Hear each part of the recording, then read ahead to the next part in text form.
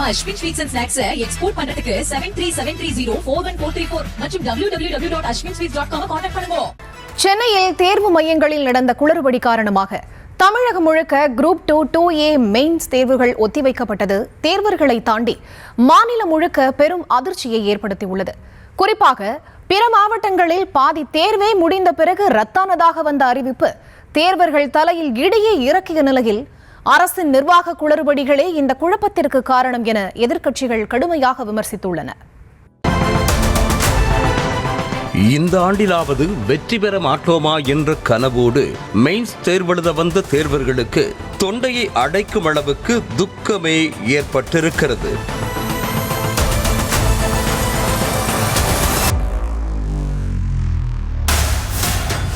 தமிழ்நாட்டில் கடந்த ஆண்டு 828 காலி பணியிடங்களை நிரப்புவதற்கான குரூப் 2 மற்றும் குரூப் 2A தேர்வுகள் அறிவிக்கப்பட்டன. இதில் செப்டம்பர் மாதம் நடைபெற்ற முதல்நிலை தேர்வில் தேர்ச்சி பெற்றவர்களுக்கு ஞாயிற்றுக்கிழமை முதன்மை தேர்வுகள் நடக்க இருந்தது. குரூப் 2 பதவிகளுக்கு 1126 பேரும் குரூப் 2A பதவிகளுக்கு 9457 பேரும் தேர்வு எழுத தகுதி பெற்றிருந்த நிலையில் சென்னை டிஜி வைஷ்ணவா கலைக்கல்லூரியில் மட்டும் 100க்கும் மேற்பட்டோர் குவிந்ததால் குழப்பம் ஏற்பட்டது. 600 பேருக்கு மட்டுமே கல்லூரியில் தேர்வு எழுத ஏற்பாடு செய்யப்பட்டிருந்த நிலையில் நேரம் கூட கூட அதிக அளவில் தேர்வர்கள் படையெடுத்து வந்ததால் பதற்றம் தொற்றிக் கொண்டது.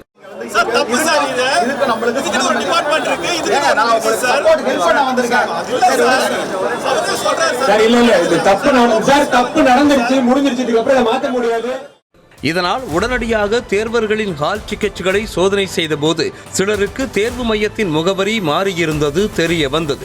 அதாவது நந்தனம் கலைக்கல்லூரிக்கு பதிலாக டிஜி வைஷ்ணவா கலைக்கல்லூரியின் பெயர் அச்சிடப்பட்டிருந்ததே இந்த குழப்பத்திற்கு காரணம் என கண்டுபிடிக்கப்பட்டது. ஆனால் பிரச்சனைக்கான காரணம் தெரியவே 9 மணி ஆகிவிட்ட நிலையில் அடுத்த அரை மணி நேரத்திற்குள் நந்தனம் தேர்வு மையத்திற்கு செல்வது சாத்தியமற்றது என்பதால் ஆத்திரமடைந்த தேர்வர்கள் சாலை மறியலில் இறங்கினர்.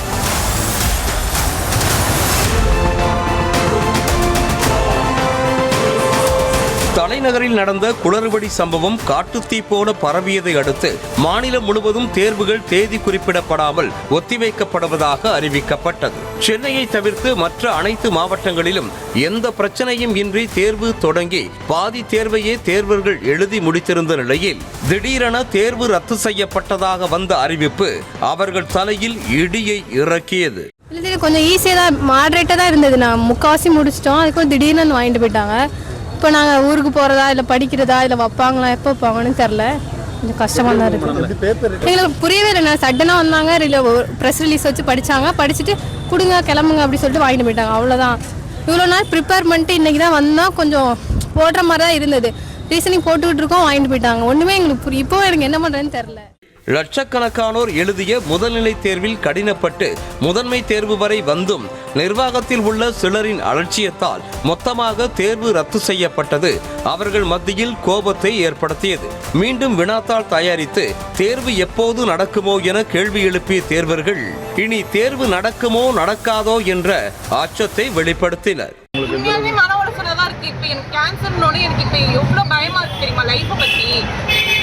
இதை நம்பி தான் நாங்கள் எல்லாருமே இப்போ ப்ரிலிம்ஸ்ல பாஸ் ஆகிறதே கஷ்டப்பட்டு தான் இப்போ மெயின்ஸ்க்கு வந்திருக்கோம்.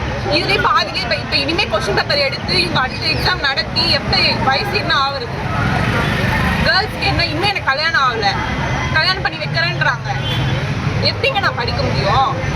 குறிப்பாக குரூப் 2 மற்றும் குரூப் 2A தேர்வுகளுக்கு வயது வரம்பு இருப்பதால் பலருக்கு இதுவே கடைசி வாய்ப்பாக உள்ளது. இதனால் இந்த முறையும் வாய்ப்பு பறிபோனால் தங்களது எதிர்காலம் என்னாவது, தங்களை நம்பியிருக்கும் குடும்பத்தினரின் கதி என்னாவது என கண் கலங்கி நிற்கின்றனர். டிஎன்பிசியே ஒரு மோசமான ஒரு விஷயம் ரூமர் பரவுது. அப்புறம் எதுக்கு படிக்க வைக்கணும்? நான் குழந்தைங்கள நீங்களே ஃபிக்ஸ் பண்ணி நீங்களே போட்டுருங்க, அலாட்மெண்ட் பண்ணிவிடுங்க. எந்த கவர்மெண்ட் நீங்கள் இல்லை, எந்த கவர்மெண்ட் இருந்தாலும் ஏடிஎம்கே டிஎம்கே 2 பேருமே தான் சொல்கிறேன் நான். நீங்களே ஃபிக்ஸ் பண்ணிடுறீங்க ஆளுங்களை, அப்புறம் எதுவும் குழந்தைங்க படிக்கணும்? இந்த மாதிரி அநியாயத்துக்கு இந்த மாதிரி ஏதாவது ஒரு குழந்தை இறந்து போச்சுன்னா யார் பதில் சொல்கிறது? டிஎன்பிஎஸ்சி வரலாற்றில் தேர்வு நாளன்று தேர்வை ரத்து செய்வது இதுவே முதல் முறை என்பதால் தமிழ்நாடு தேர்வாணையத்திற்கு இது ஒரு கரும்புள்ளியாக மாறியிருக்கிறது.